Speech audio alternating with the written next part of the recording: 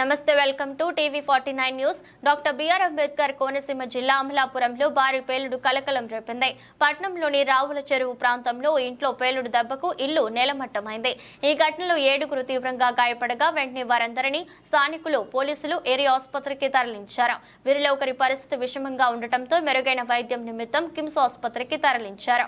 అయితే ఈ పేలుడు గ్యాస్ సిలిండర్ వల్లే జరిగిందని ముందు ప్రచారం జరగగా స్థానికులు మాత్రం బాణసంచా వల్ల జరిగిందని చెబుతున్నారు.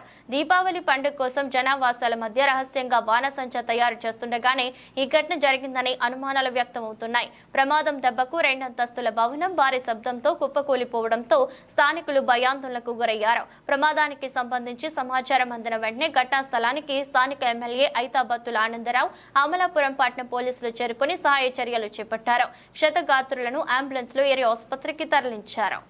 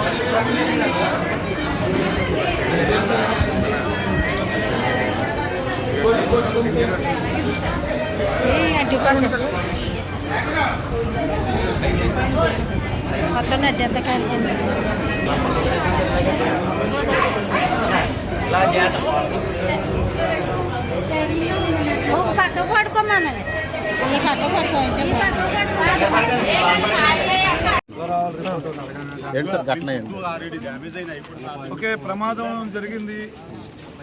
2 కుటుంబాలు, 2 గృహాల్లో ఉన్నటువంటి 7గురు సుమారు ప్రమాదం జరిగింది.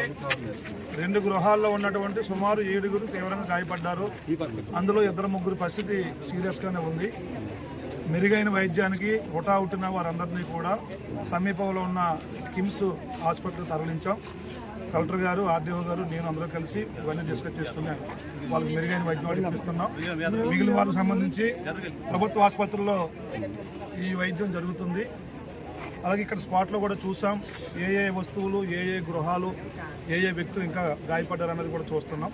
అంతా నివేదిక అనేది అధికారులు తయారు చేస్తారు. ఆ తర్వాత ప్రభుత్వం అన్ని చర్యలు తీసుకుని ఎవరైతే ఈ యొక్క బాధితులు ఉన్నారో బాధితుల్ని, బాధితుల కుటుంబాలని ఆరోగ్య ప్రకారంగా, వైద్య ప్రకారంగా, అలాగే మిగిలిన విధంగా ఆదుకోవడానికి సిద్ధంగా ఉందని తెలియజేస్తుంది. మరి జనావాసాల మధ్య బాణసంచా పెట్టారు కదండి, అది ఇంకా మా దృష్టికి రాలేదు. అది నిర్ధారణ అయిన తర్వాత మాట్లాడదాం.